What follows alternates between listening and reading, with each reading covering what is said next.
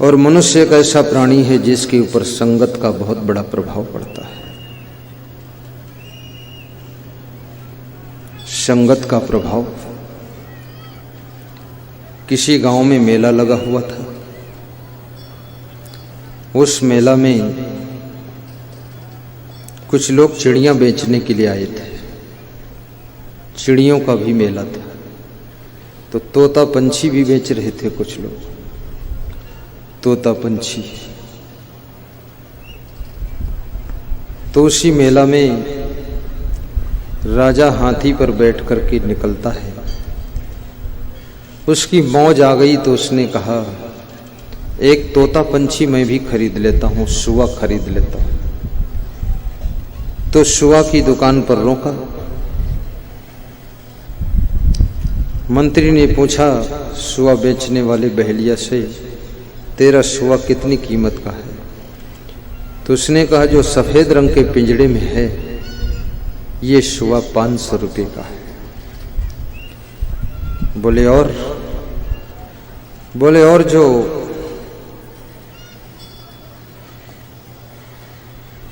लाल रंग के पिंजड़े में है ये सुआ 5 रुपये का है। बोले इतना कीमत में अंतर कैसे? बोले अंतर है, आदमी आदमी में अंतर, कोई हीरा कोई कंकर।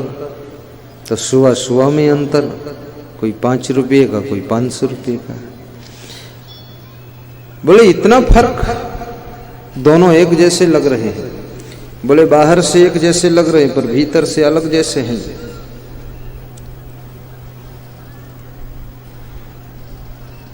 तो राजा ने कहा कि दोनों सुआ खरीद लो।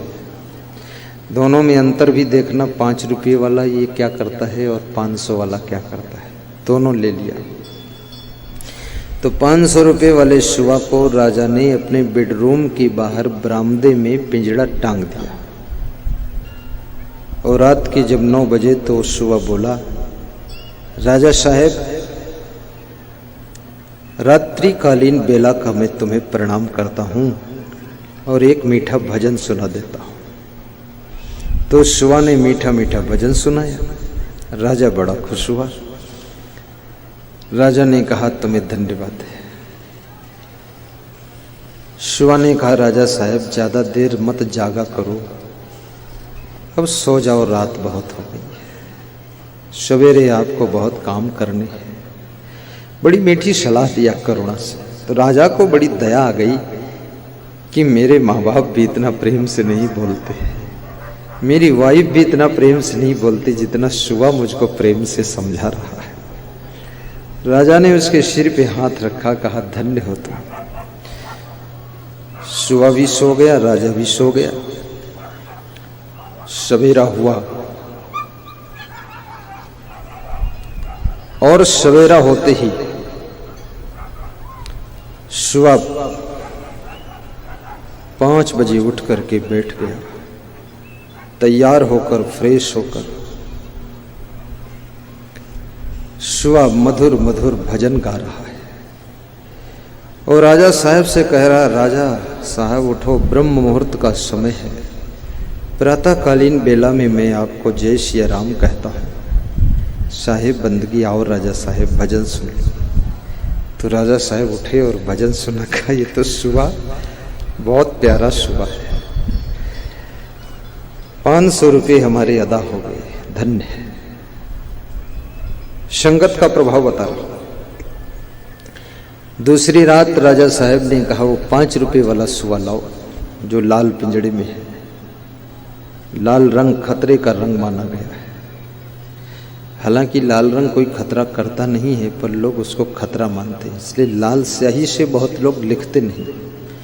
लाल स्याही को भी देखते हैं तो कहती है खून है तो स्याही। अब लाल रंग का गुलाब का फूल है, उसको लाकर तोड़कर गुरुदेव को भेंट कर देते हैं, तो इसमें खतरा नहीं। लाल रंग में, लाल स्याही में कौन खतरा है? स्याही स्याही है, खून खून है, फालतू बात मत करो, खतरा फतरा।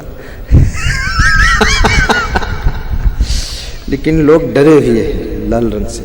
महिलाएं लाल साड़ी लाल चुनरी ओढ़ती हैं, कोई खतरा हुआ है? लाल रंग में क्या खतरा है? रंग तो रंग है, जो पसंद हो आप प्रयोग कर लो। जिसको लाल रंग पसंद आता वो धार्मिक होता है, सफेद रंग पसंद आता वो सात्विक होता है, जिसको काला रंग पसंद आता वो क्रोधी होता है, जिसको हरा रंग पसंद आता है वो शांत स्वभाव का होता है, और जिसको नीला रंग पसंद आता है वो छल कपटी होता है। अब देख लो कौन रंग तुमको पसंद आता है, तुम उसी मॉडल के हो, फाइनल कर दिया।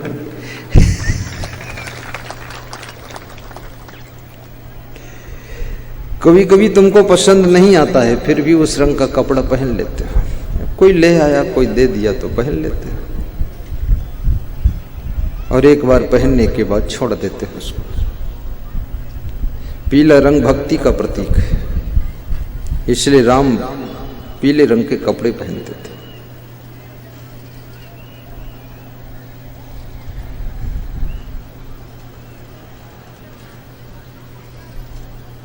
और कभी कभी अपनी कालिमा को छिपाने के लिए लोग सफेद रंग के कपड़े पहनते हैं।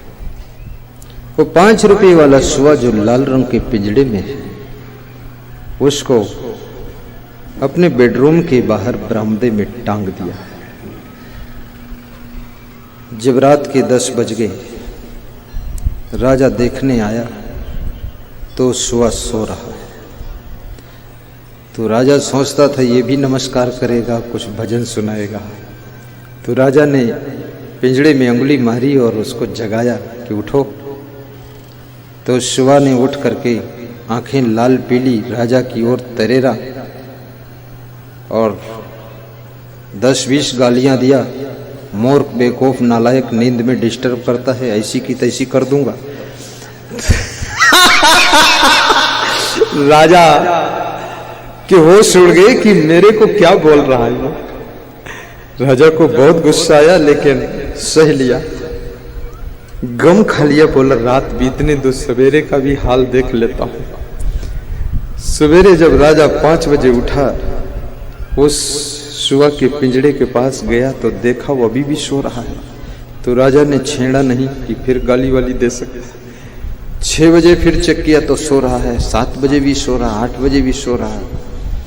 तो 8 बजे राजा से रहा ना गया तो पिंजड़े में हाथ मारा और हिलाया, कहा उठो, 8 बजे तक सोते हो। तो उठा, राजा की तरफ लाल आंखें करके गुरेर कर बोला और मादर फादर की 500 गाली दिया। राजा साहब को पसीना छूट गया कि तो बहुत मूर्ख है। सिपाही को बुलाया, कहा कि इसको पिंजड़े से निकालकर गर्दन ऐंठ कर मार कर फेंक दो इसको।